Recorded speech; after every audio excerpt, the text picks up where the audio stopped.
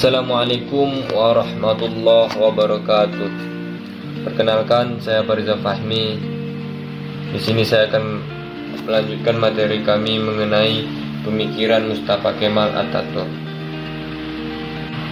Pembaruan Turki sesungguhnya telah sejak lama dilakukan oleh generasi Turki, jauh sebelum pembaruan yang dilakukan oleh Mustafa Kemal. Pembaruan di bidang militer, administrasi, sampai kepada pembaruan di bidang ekonomi, sosial, dan keagamaan telah dilakukan oleh generasi Turki pada era Tanzimat yang berlangsung dari tahun 1839 sampai dengan tahun 1876. Kemudian pada era Utsmani Muda yang berlangsung dari dekade 1860-an sampai dengan dekade 1870-an. merupakan reaksi atas program Tanzimat yang mereka anggap tidak peka terhadap tuntutan sosial dan keagamaan.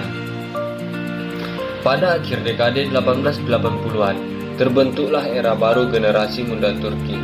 Generasi baru ini menamakan diri mereka sebagai kelompok Turki Muda.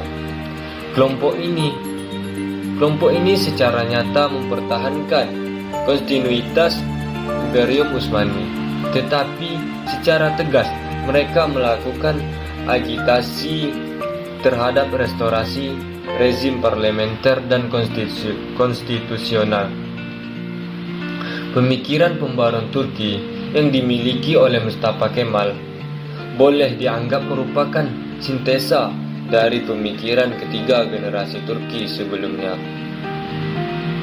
Bahkan prinsip pemikiran pembaruan Turki yang ia ketengahkan di dalam frame kebangsaan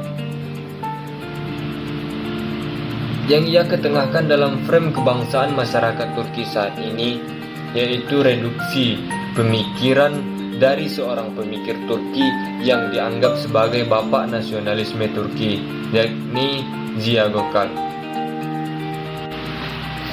Prinsip pemikiran pembaruan Turki yang kemudian menjadi corak ideologinya terdiri dari 3 unsur, yaitu nasionalisme, sekularisme, dan westernisme. Mempersoalkan 3 unsur dalam prinsip pemikiran pembaruan Turki, penulis mengulasnya. Yang pertama, nasionalisme. Unsur nasionalisme dalam pemikiran Mustafa Kemal yang diilhami oleh Ziya Gökalp, yang meresmikan kultur rakyat Turki dan menyerukan reformasi Islam untuk menjadikan Islam sebagai ekspresi dari etos Turki. Kemudian unsur sekularisme.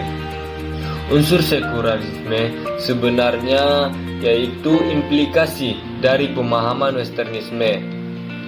westernisme Mustafa Kemal. Pada prinsip ini, salah seorang pengikut setia Mustafa Kemal, yaitu Ahmet Aguglu, mengatakan bahwa indikasi ketinggian suatu peradaban terletak pada keseluruhannya, bukan secara parsial. Peradaban Barat dapat mengalahkan peradaban lainnya bukan hanya karena kemajuan ilmu pengetahuan dan teknologinya, tetapi karena keseluruhan unsur-unsurnya. Kemudian yang ketiga yaitu unsur westernisme. Unsur ini Mustafa Kemal berpendapat bahwa Turki harus berorientasi ke Barat. Ia melihat bahwa dengan meniru Barat, negara Turki akan maju.